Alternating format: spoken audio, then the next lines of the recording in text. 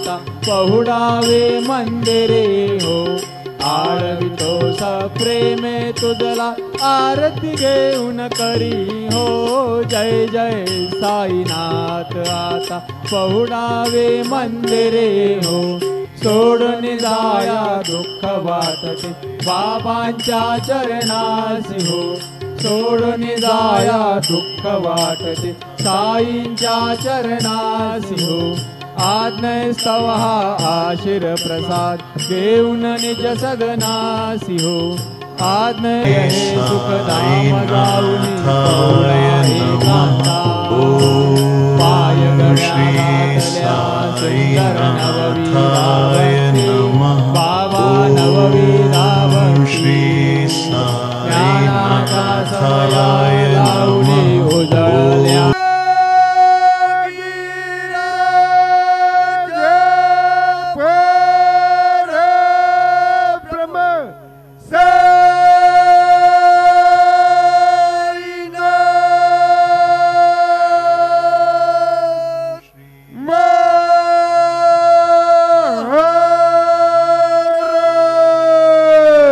श्री सच्चिदानंद सद्गुरु साईनाथ महाराज की जय.